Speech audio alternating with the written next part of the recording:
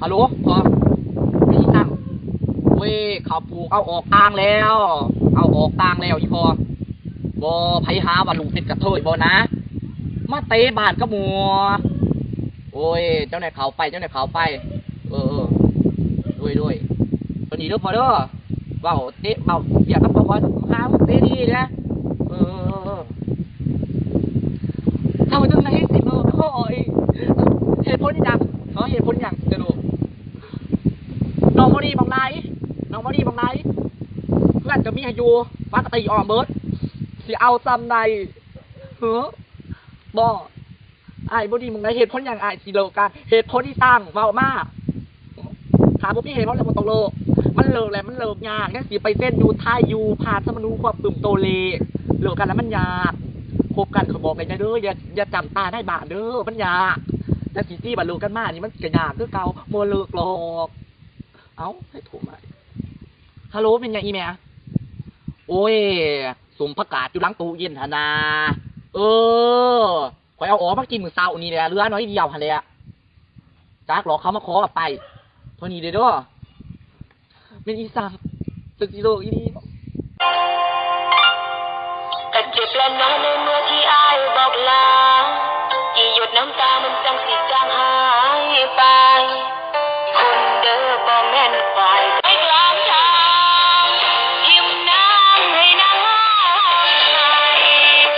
ทิมนางให้นางเสียใจทิมไว้คนเดียวตรงนี้มันสิโลมันก็บ่บอกก่อนในดวงหนาพ่อยกูเฮ็ดโอเคตายจูดเพื่อนมันบ่เนาะไปกินเหล้าเกศเอกเกิน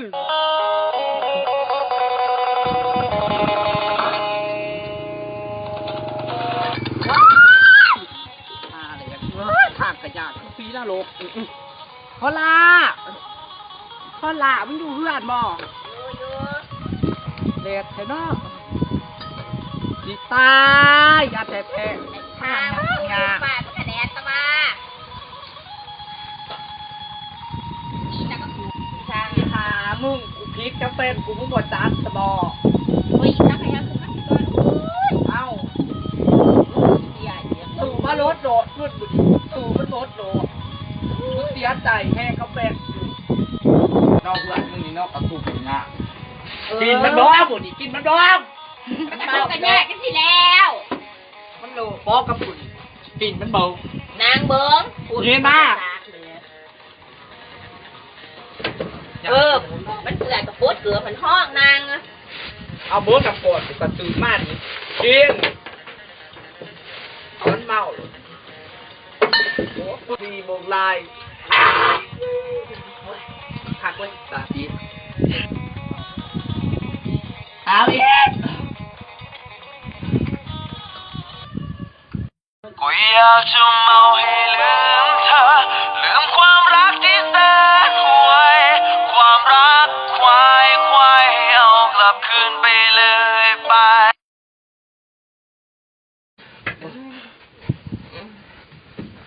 พลาอีพลาโอ้ยหามึงตายแล้ววะมาบอกมึงว่ามึงสิบ่เมา กูบอกว่าโอ้ยมาแหลก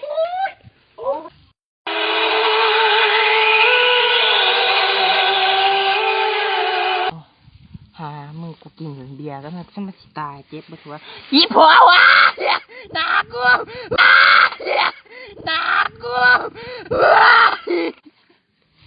โอ้อีหามึงตื่นโอ้ยมึงอีสั่งมึงเบิ่งหนากูกับหนามึงเบิ่ง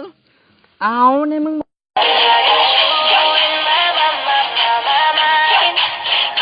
กินนี่เลยคอลลาเจนเอ็กเปอร์เป็นคอลลาเจนนวัตกรรมใหม่ล่าสุดที่นอกจากจะช่วยให้ผิวขาวยังบำรุงห่างกายน้ำกินหลายเห็ดให้ผิวขาวขึ้นที่สำคัญบำรุงตับน้ำขับสารพิษในห่างกายเหมาะสำหรับสายแข็งเลยแถมยังฟื้นฟูสภาพผิวให้มีออร่าอยู่ตลอดเวลา